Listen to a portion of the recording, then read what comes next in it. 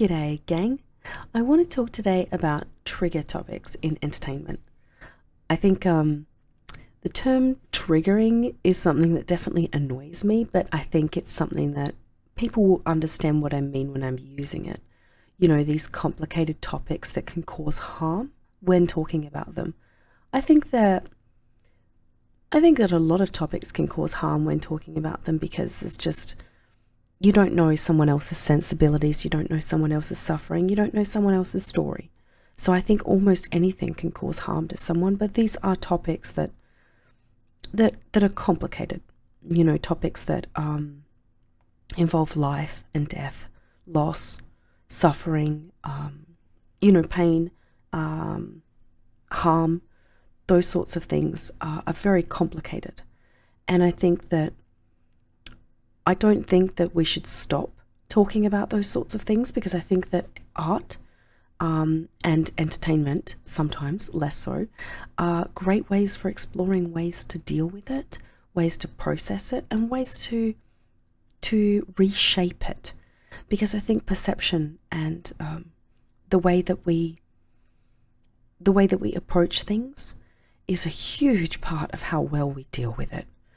And I think that art can reshape and reform things for us that can make things completely palatable that were otherwise unable to be stomached.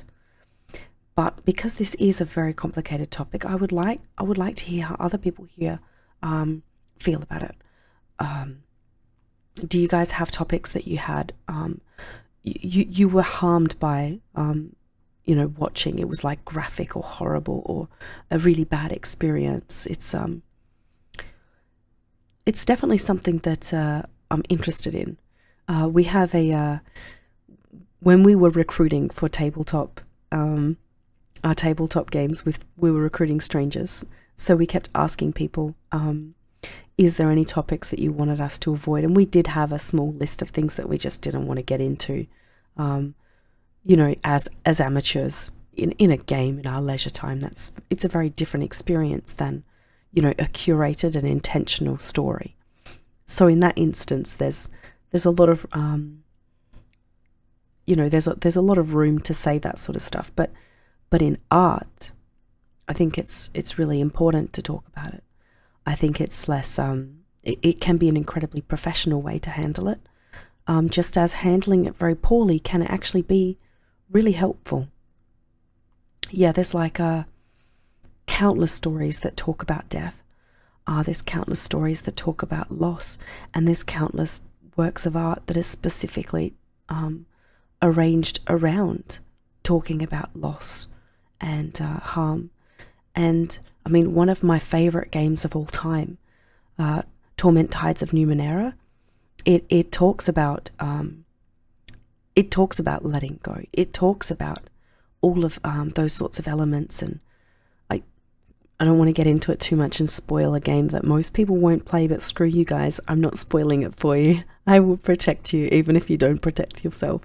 But I think it's one of the coolest games that you can just unravel pieces of information about your companions. And in the same way, you do the same stuff in Divinity series, and you do the same stuff with Baldur's Gate, where you talk to your companions and they confide in you and they tell you about the horrible things that they've gone through, and some of them quite shocking, and some of the things that happen while in the story are very shocking, and then they have to process and deal with them while interacting directly with the player. And there's my favorite novel series, the Lifeship Trader series. I actually had to think on the name. I'm very tired. I had to think. That's so sad. That expressly does the things that you would usually not have happen in a series, where something bad goes to happen and some stalwart hero comes in and prevents it. But in this story, there's no hero. There's no one preventing that. So the bad things keep happening, and characters keep experiencing complicated resolutions to problems. And I think that, there's so many examples of it done well, and so many examples, I think Baldur's Gate's a great one because most people have played it or heard of it or understand the characters.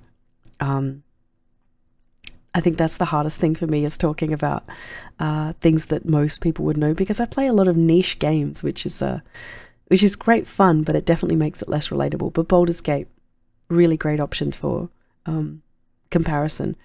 You know, like when your companions start to open up about their past, and at first they push you away and they're really complicated, and then you know, that relationship is strained, and it's just a situational friendship, and then they start to become more open because you invest time in them and they invest time in you, and it becomes a really mutual and beautiful thing, and you get some pretty complicated topics come up. And I think that littering those elements throughout a character's growing relationship is a really, really powerful way to talk about trigger topics in a way that is less harmful, because you've already invested in this character so much that you're willing to push through your own pain to hear theirs. And I think that's a really, really clever way to do that. And there are just countless ways to put complicated topics in stories to make them, again, more palatable, more understandable, and just really, really fun for someone else to relate to and to think about themselves. Because I think it's easy to stop thinking about the things that hurt, because it hurts to think about them. So being able to think about painful topics and complicated things, even other people's hurt, because it's not just our hurt that hurts us, other people's hurt hurts us too. So being able to think about the things that people go through and what we go through in a really safe and in a distanced method, I think is a really fantastic way to approach these topics. So yeah, I think putting trigger topics in entertainment and art can be some of the best things that an artist can do. But I think people should be aware of the topics in which that can cause harm. I think that's what's most important, because a lot of people don't, not everybody realizes that they're complicated topics before they start bringing them up. And then that's the part in which that it gets complicated, because if you're not sensitive about it, it can hurt. But sometimes getting hurt over something you're already hurt in can light a fire under you to start to at least think about ways in reshaping it, reframing it, or handling it. Because, like, as I always say, like, it's definitely better to know what you have to deal with than to hide it.